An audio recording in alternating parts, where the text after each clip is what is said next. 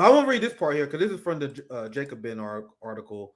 This ridiculous. This shows why Jacobin is agents of the Democratic Party. This shows that their job is to get people to believe in the myth that we're going to push the party to the left. Jacobin still believes that AOC and Bernie did a great job on that. As Joe Biden funds the police more, as he fracks the shit out, he fracks more, he do more public drilling.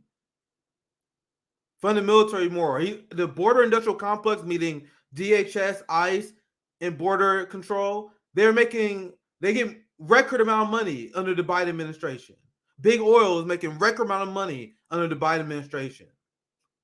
But people still believe in Jacobin that Bernie Sanders and AOC influenced anything within the party. The only thing that AOC and Bernie is doing is providing cover from the things I just told you. So they're actually doing worse than you think. It's not the criticism that I have is not the failure of shifting the party to the left. My criticism is that they now are sheep herding people who are otherwise revolutionary, otherwise who have criticism of Biden for warmongering. They are providing a shield. AOC is there to go on Rachel Maddow to tell you how Biden's State of the Union was amazing. You guys, that's a massive negative propaganda campaign that even Joe Manchin couldn't pull off. Let me read this. Go ahead, Andrew. I think Andrew. Yeah, just really quick. That's such a good point that you make, that actually in reality, instead of platforming Marjorie Taylor Greene or any type of Republican, I mean, the only people that AOC and Bernie continually, the rest of the so-called squad continually platform and prop up are the Democratic Party. They lend them a thin thread between themselves and somebody like Lula, who is internationally popular, who domestically has been very popular. And even though he has done all of these kind of, negotiated settlements and sort of statecraft projects where he doesn't push as quite as left as he might actually have been in his earlier days as a union leader, all AOC and Bernie have to do occasionally is tie themselves to him. And they're using themselves, their kind of curated image of themselves, plus Lula and whoever else they can grab to prop up the Democratic Party. They're not propping up Marjorie Taylor Greene.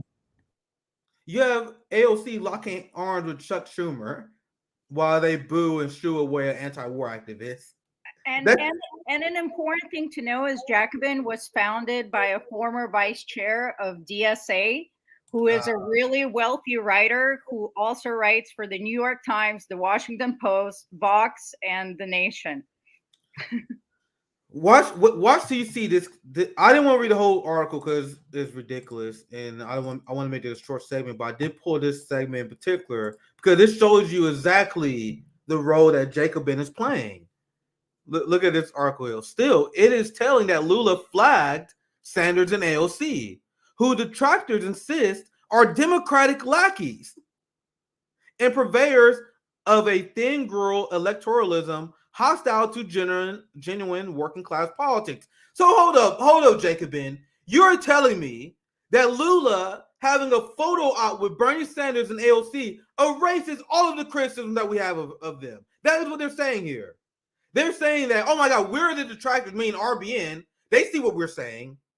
Or Jimmy Dorka, he's a bigger outlet than us. Let's say Jimmy, because we're still a small channel, right? So they see people like Jimmy and the Convo Cow. They see Black Agenda Report. They see Gray Zone. They see RBN. They see the people who call these frauds out who they are. People who support war. People who support the DHS. People who support the police. People who support the surveillance state. And they say, oh, none of that criticism that you have of them is real because they did a photo op with Lula. Are you serious? This is what passes for journalistic standards in the boutique left. Do you guys see this? I'm going to read it again. It's telling that Lula flagged AOC and Bernie, who detractors insist are Democratic lackeys. That is exactly what they are. Look, Jacobin, do you see AOC on Rachel Maddow covering for Joe Biden's ridiculous lies? They even Status Quo did a video call now. We did a reaction live where we didn't even have time to break down all the lies he was telling. But AOC went on there and said they're doing amazing. You have the progressives that just came out and said they're not even willing to support a primary challenger against Biden because of the State of the Union. But Jacobin is trying to refute the fact that they're Democratic lackeys. And I only got the first 3 lines. Like this it's incredible what comes out of the boutique left. And they call us toxic for rebuking this nonsense. They are literally going directly at RBN, whether they know it or not. And maybe this may be aimed at Jimmy or someone else. But this is what we do. We call these people out. And they're saying, anyway, let me continue their quote. Who detractors assist are Democratic lackeys and purveyors of a thin-grilled electoralism hostile to genuine working-class politics. It is. Anyway, at tribunes of the left in the United States, this gesture is of a piece with Lula's longstanding insistence that electoral politics are a crucial vehicle for social progress and that building political power to deliver substantive improvements to poor and working class people, and more important than, check this, ideological purity plays.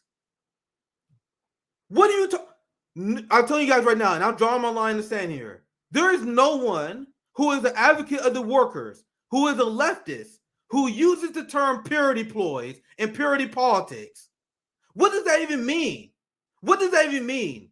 To say, oh my God, you guys got purity tests. Let me bring up an example to explain what I mean here.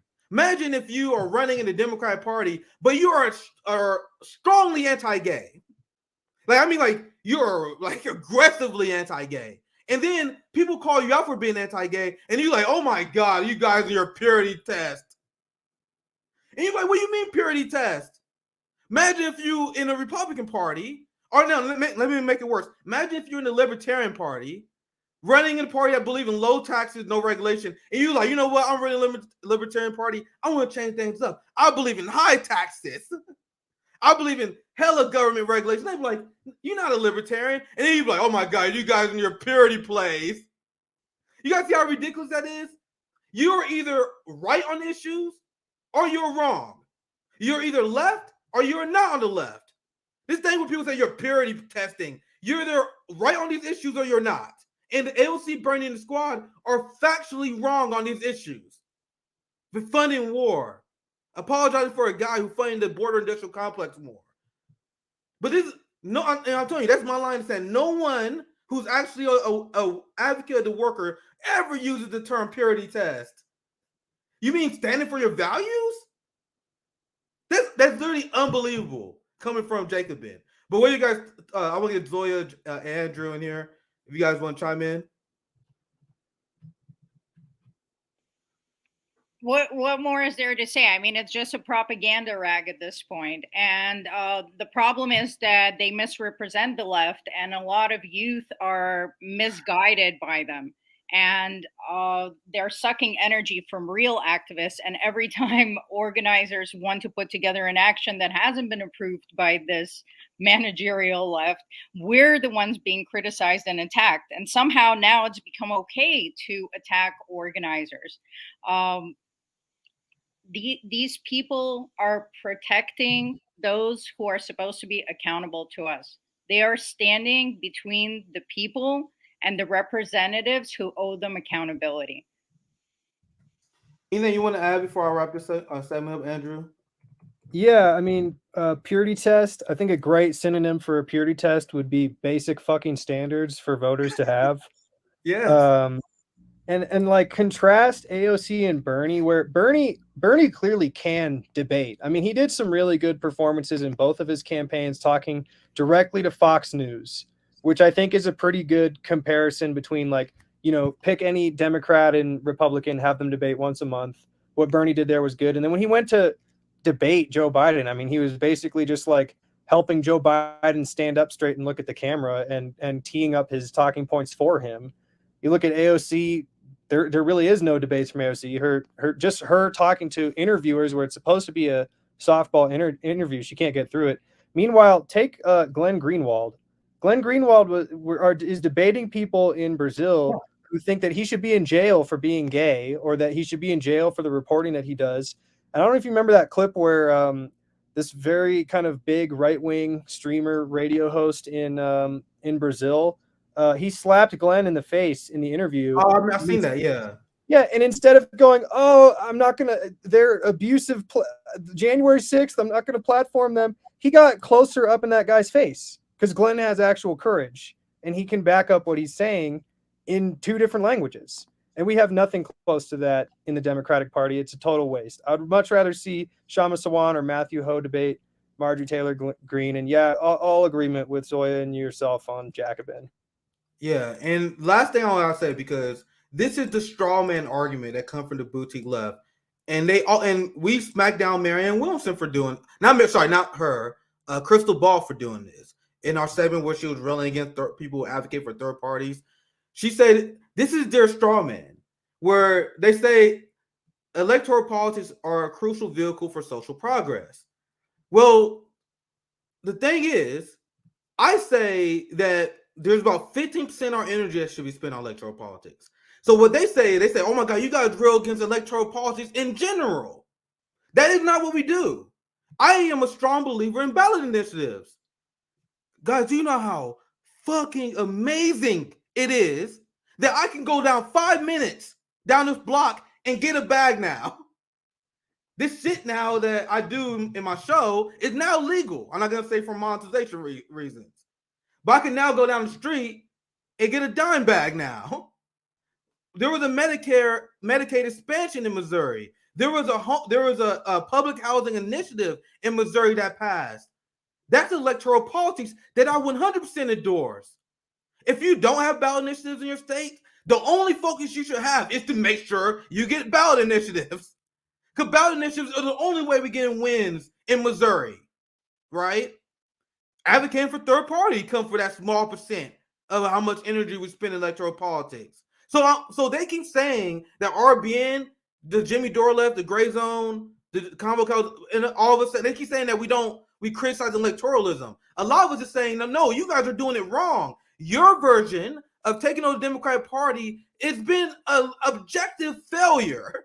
That is what we're saying. They take that criticism, they can't rebuke it. So they say, oh, you guys just don't believe in electoralism in general, which you guys seen. I had Comrade Misty, who's a great friend of mine, who criticized me for my left, who said she don't believe in electoral politics at all. And I say I think that's a legitimate and base position, but I still believe in stuff like ballot initiatives, third party pushes as a way for movement building. And as a Marxist, I believe in building organization. And the best way you can spread Marxist political ideas is through political parties and organizations that way. That's what I believe.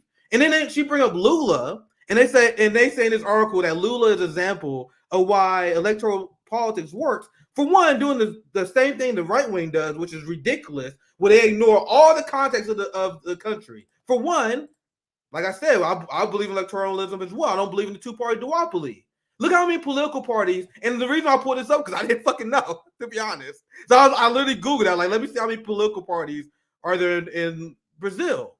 And I know all these are not major, but like countries like Venezuela and Nicaragua had like 6+ parties on the presidential ballot. How many did we have? I live in Missouri, who have more than most, because we get the Libertarian and the Green Party on candidate on the ballot. So we get 4 choices in Missouri. And there are other states that have no Green or Libertarian Party, so they get 2 choices. But Jacobin is saying that, oh my God, electoralism will work. No, not in this capitalist dictatorship. Hey, aren't you a socialist? You see, you're doing capitalist apologia. As a Marxist, as a communist, I, to my core, do not believe this is a democracy. We are not going to have any sort of national or major electoral victories until we have a revolution that changes the system. So until we have a system where multiple parties can thrive, until we don't live in a capitalist dictatorship where you can predict elections at a 97% rate based on who have the most money, how about we do other tactics other than sending our money to Marianne Williamson instead of sending our money to these grifters? But Jacobin, knowing they can't refute that, had to straw man the argument, which they did.